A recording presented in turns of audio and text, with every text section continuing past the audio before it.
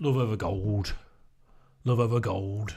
That's the album. Someone was quite disappointed that we didn't review Love Over Gold last week. Yeah, that was confusing. Yeah, I was very confused. Perhaps they thought it was a one-off. Yeah. We like long songs. We do. We like long songs. And, the first thing you do, you see a CD and buy a band. Who are these bands? Let's look at the song lengths. Oh, no. They're not very long, are they? The longer the song lengths, the better it is. Remember? If you've got anything over 10 minutes on there, it's worth listening to, yeah? It doesn't matter if it ends up this sort of multi-part epic that's listed on the back is just 20 minutes of white noise. It doesn't matter, yeah, because it's objectively better to have longer songs. The long songs. It's only Genesis are that sort of honest about, it's just long songs. the long songs, they're longer. Rather than, something profound. John Anderson wouldn't say that, would he? So this one has a 14-minute epic. It's the best thing they've ever did. It's wonderful. On the one hand, I wish they did more of that. But on the other hand, it just sounds like Dire Straits. So they did do more of that. But it's not that. And actually, track 2 is just as good. Track 2 is fantastic. And once again, it's top heavy. There's 5 songs, and I like the 2, really. A bit harsh. The other 3 tracks are meh. I actually quite dislike Industrial Disease, but that's a stylistic thing. It's not that it's bad. I'm sure lots of people must like it. It was a big single. There's things about it I dislike, which we'll probably talk about. But importantly, you can tell this is a natural move forward of his muse. It's him, That's where it's gone naturally. He hasn't thought about selling records at all, as far as you can make out. He's just doing it, and that's what came out, Follow the muse. Boy, this is going to be a short video. It is, isn't it? Yeah. It's good. Yeah, I mean, the amount of times I've listened to this album, I think I've actually got the LP at home. I forgot to bring it across, which is a shame. Oh. Yeah, the amount of times I've listened to this, I never, ever turn the record over. Yeah, because it is pointless. I mean, why would you do it? You just leave it on the record player and just play it over and over again. You only have to put it back, so it's a waste of energy, literally. Unless you want to do some exercise. I mean, Telegraph Road is sublime. I just bloody love it. It's a 6 egg song. Easy. It tells a story, and it's musically interesting. It's got different sections. It's long.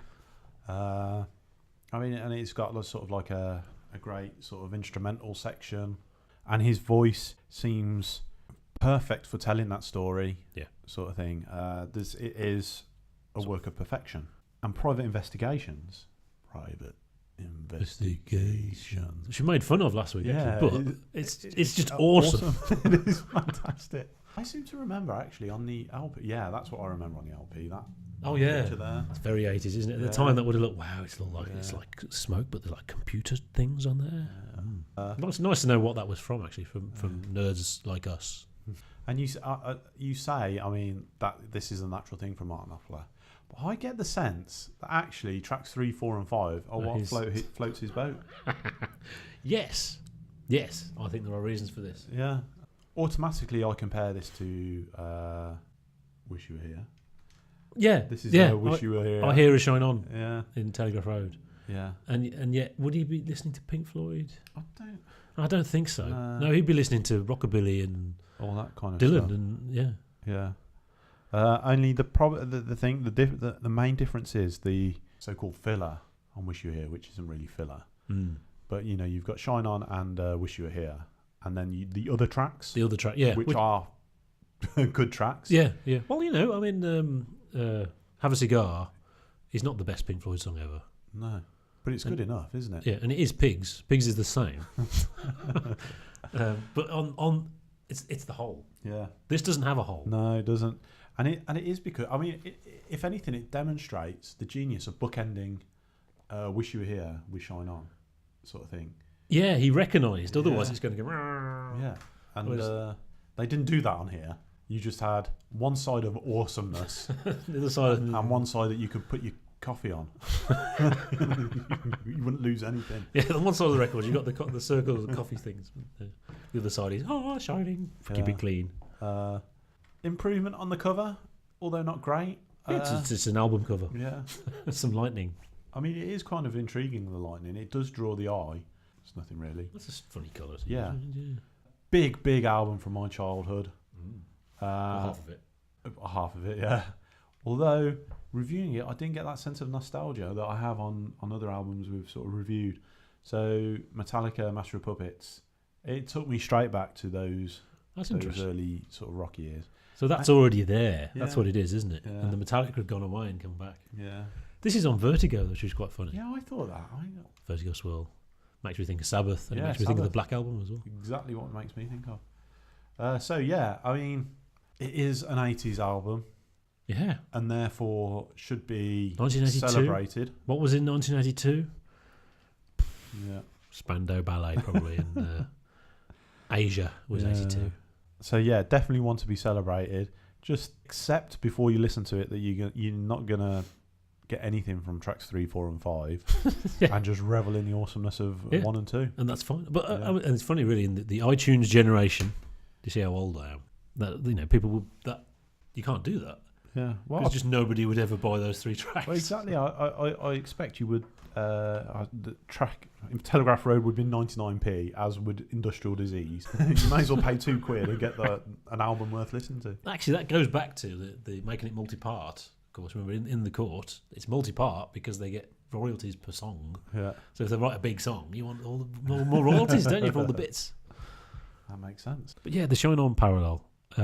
It's the music. It's the guitar and the keys. It's the bits that were written, not the song, not the Roger Waters thing. So the Roger Waters thing in Shine On is a totally different thing to the Knopfler thing here. They're both fantastic, but completely different. They played it as an encore on the Making Movies tour. Imagine hearing that as an encore. That'd be nice, wouldn't it? You're like, oh my God, well, that's not on the album. Wasn't it on the album? You probably go away thinking, oh, they're not allowed to put that on the album. It's too long in these days. So yeah, it has a literal meaning. There was an actual Telegraph Road, and he drove around it. The road just went on forever and ever and ever and ever and ever. It was really old. And this sort of thing about how, industry and everything gets built up, and there's the future, and they build schools, and they build hospitals, and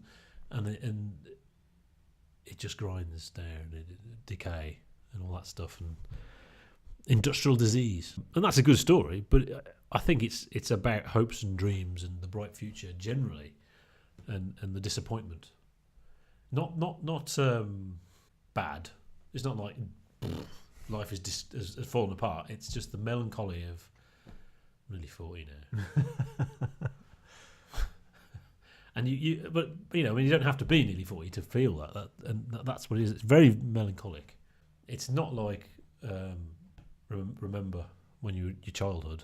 Remember our friend who's disappeared. It's not like Shine On. That's a very different emotion. Like in the end, it's like, life is going to be amazing, and in the end, it's all right. Life's okay. It's all right. Nothing's gone wrong. Don't talk to me about life. Would you like me to stick my head in a bucket of water? Years were the worst. Isn't it? After that, I went into a bit of a decline. It's kind of hard to believe that Private Investigations was a single. Yeah, how do you sell that as a thing? It's hard to believe that it's 6 minutes 45, which I've just noticed on the track. It doesn't I feel like it. always feel it's a short song, but I wonder if it was edited for the single. I don't know, but still, the fact that was a single in 1982. it's good. Yeah, brilliant, fantastic. You can't. And people might be thinking, why are they doing Dire Straits? It's a bit boring, and we're not going to deny that. There is something very conservative about it that a lot of our viewers who like Magma or something, it's not going to be for them. But yeah, the fact that was there in the singles chart, yes. And unfortunately, the next one was Industrial Disease. I don't like it. I just don't. And it's that fairground keyboardy thing they do, and they've used that. Well, they're going to use that, aren't they? I just don't like. I don't get why they would want that there when they've got this cool guitar and everything. Yeah, and the thing is, of course, it's just noodling. He's just going bling, bling, bling, And if you're a guitarist, you stop and think about it, and you think, well, that's just noodling. But if you do it, it just sounds like noodling. His mojo just happened there, and he just did it, and there it is, and it's the best thing ever. And it's Tom Waits' thing, isn't it? Don't you get the Tom Waits default position of drooling into a whiskey bottle in a bar? That's like a polite version of that, isn't it? Yeah. Well, yeah. So Knopfler doesn't have the mojo of Tom Waits at all, but he has a different mojo, which is great. mumbling into a whiskey glass. That's what I read somewhere. I thought that was perfect. And he talked about it later, and it does suggest there's a concept. Well, it starts off as a concept album because although Private Investigations is about a private investigator, which is cool, I like that. But it's like, what have you got at the end of the day? Nothing more than you started out with. That's the message of the song, which is kind of the same message of Telegraph Road. Reinventing the wheel. That's life, isn't it? You think, I'm doing this exciting new thing now, and then that sort of, it's the same, isn't it? It's just the same. And Industrial Disease is about breakdown of industry and strikes and all that stuff. But, okay, I read the lyrics to Love Over Gold, and I thought, it's like, well, the line it keeps saying is throw caution to the wind. Everything can fall apart. Everything's meh. So Carpe Diem, seize the day. But it's not. It's about his ex-girlfriend. And the next one as well, apparently, is just about his ex-girlfriend. He's just having a go at his ex-girlfriend. So it's interesting what you said, that's more his thing than the earlier tracks. Because that's more personal. Yeah. But it's not what I got out of it at all. Yeah. I just think he's like a lot of 70s bands. They were kind of obsessed with the American thing, which is kind of strange because the Americans were obsessed with British rock. Yeah, it's all these British bands. But that was just sort of like a reflex to American culture. All the biggest bands, most of the biggest bands of all time are British. Yeah. And they're all taking American music. Yeah. Very strange.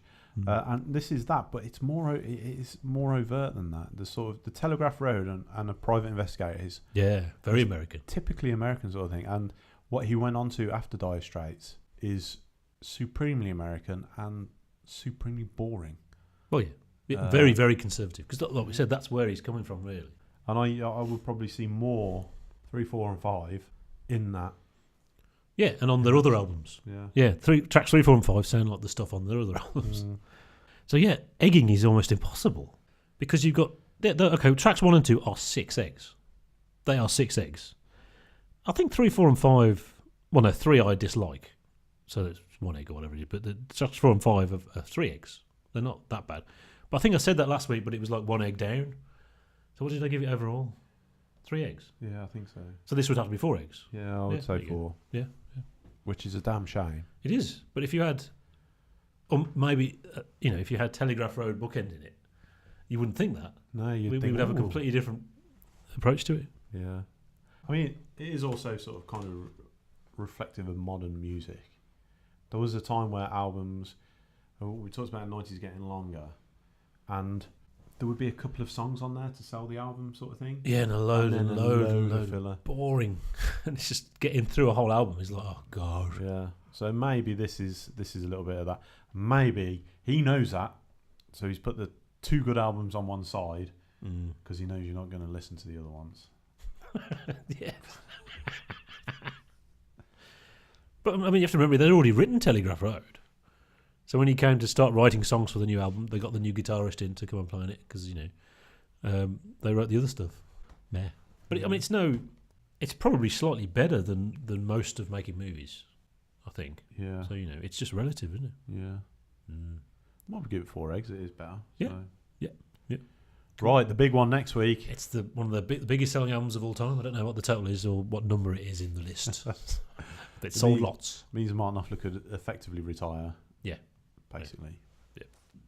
And he'd start playing with Eric Clapton and boring, that kind of thing. All that crap. Great. See you next week.